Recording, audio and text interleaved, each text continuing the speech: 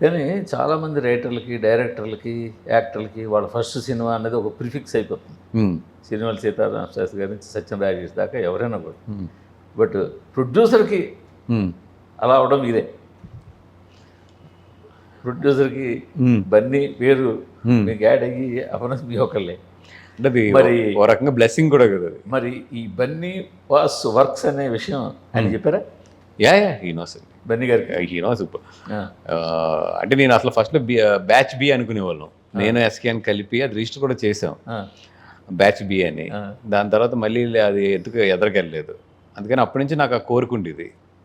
అందుకని ఇప్పుడు బన్నీవాస్ వర్క్స్ అనేది తనకి చేసినట్టు ఉంటుంది.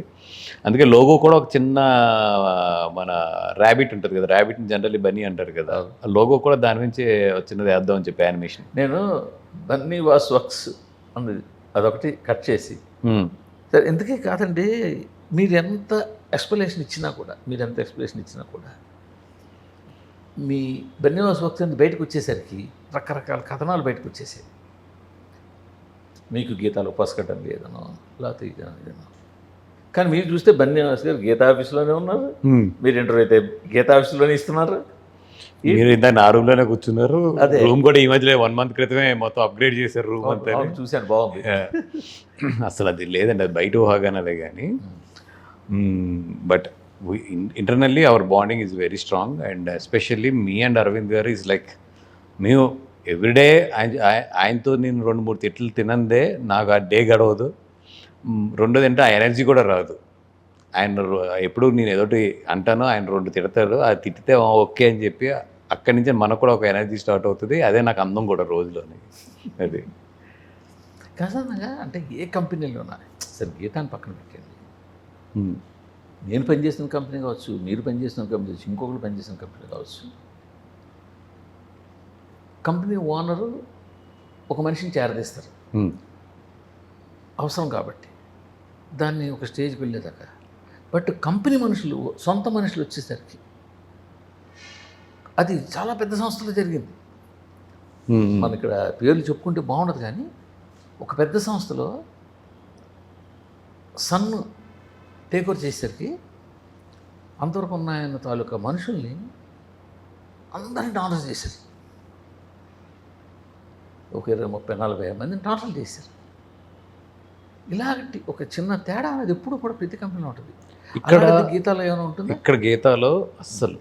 ఎందుకంటే నిజంగా ఈ విషయంలో అరవింద్ గారు నేను క్రెడిట్ ఇవ్వాలి.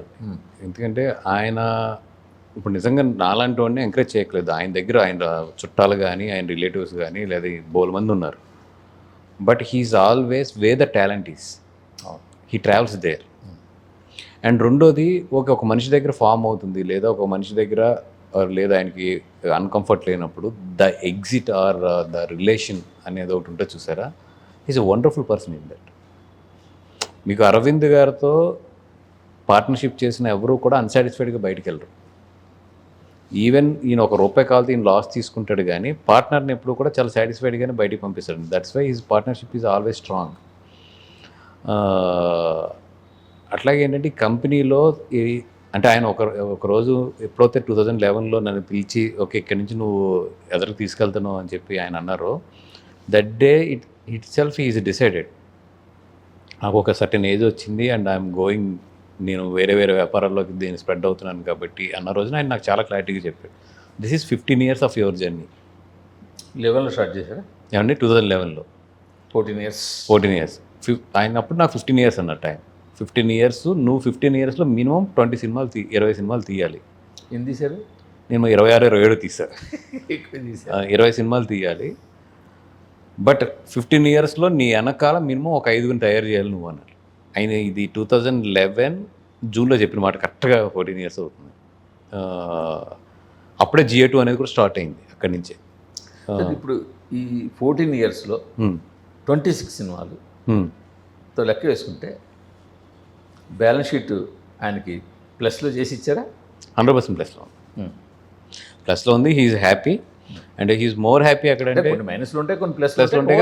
ఓవరాల్గా it's GA2 is very plus company. And ఆయన మోర్ దెన్ డబ్బులు అన్నిట్లు, ఇప్పుడు ఆయనకి కావాల్సిన డబ్బులు ఏమో వస్తాయి కొత్తగా.